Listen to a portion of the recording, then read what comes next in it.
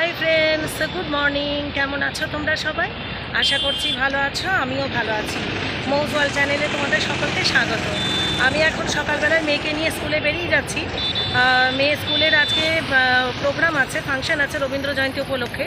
তো ছুটি হতে হতে মোটামুটি 4:15 বাজবে। তো সকাল সকাল ওদেরকে একটু পৌঁছে দিতে হবে, সেজন্য পৌঁছে দিতে যাচ্ছি। আর প্রোগ্রামে কি কি হচ্ছে না হচ্ছে আমরা তো স্কুলের ভেতর ঢুকতে পারবো না, তো তোমাদেরকে আমি সেটা শেয়ার করব অবশ্যই। তো চলো আমি যাই, ওখানে ওরা টিচাররা সব কিছু শেয়ার করবেন, আমি সেখান থেকেই পেয়ে যাব। তো কেমন প্রোগ্রাম হচ্ছে না হচ্ছে আমি সবটাই তোমাদের সাথে শেয়ার করব। তো চলো যাওয়া যাক এখন স্কুলে। তারপরে রবীন্দ্র জয়ন্তী উপলক্ষে কী কী প্রোগ্রাম হচ্ছে, আমার মেয়ে ডান্স পারফরমেন্স করছে, একটা রবীন্দ্রনাথের নাটকের ওপরে প্রোগ্রামটা হচ্ছে। তো সেখানেও বেবি বয় হয়েছে, মানে ছেলে আর কি।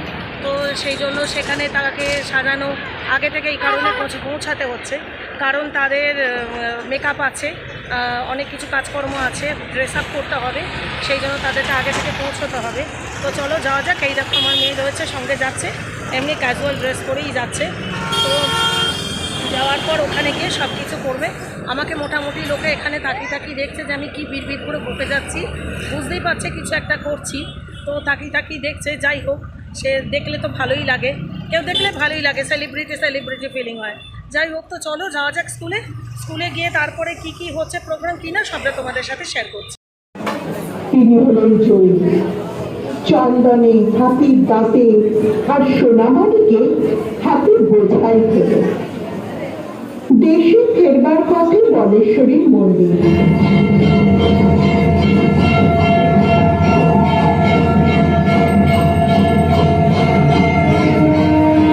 বলির রক্তে ভাসিয়ে দিয়ে রাজা পুজো দিলেন। পুজো দিয়ে চলে আসছেন, গায়ে রক্ত বস্ত্র, গলায় জবার মালা, কপালে রক্ত চন্দনের তিলক। সঙ্গে কেবল মন্ত্রী আর বিদূষক। এক জায়গায় দেখলেন পথের ধারে আমবাগানে ছেলেরা খেলা করছে।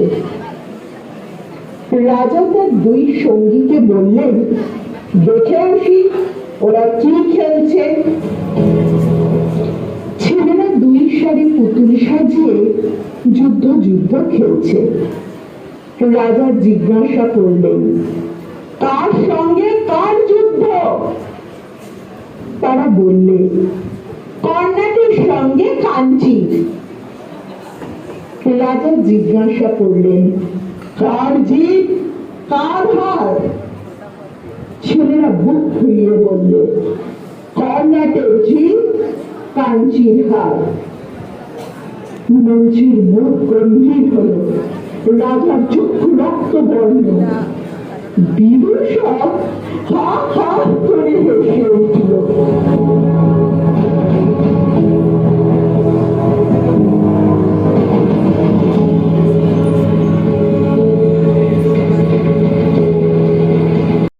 যখন তার সৈন্য নিয়ে ফিরে এলেন, তখন ছেলেরা খেলছে।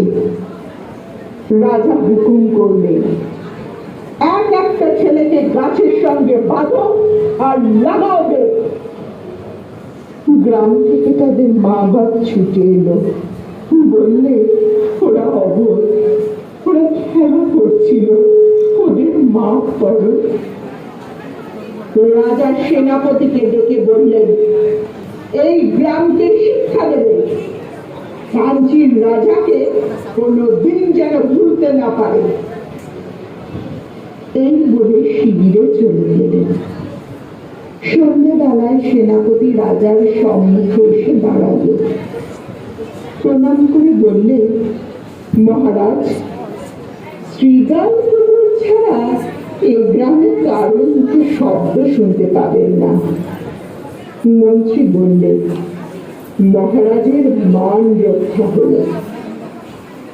পুরোহিত বললে, বিশেষরী মহারাজের সহায়। বিদূষক বললে, মহারাজ, এবার আমাকে বিদায় দিন।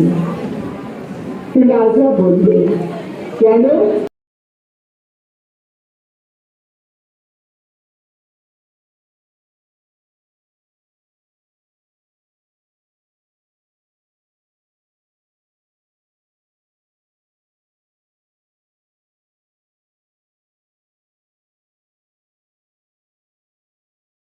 বিধাতার প্রসাদে আমি কেবল হাসতে পারি।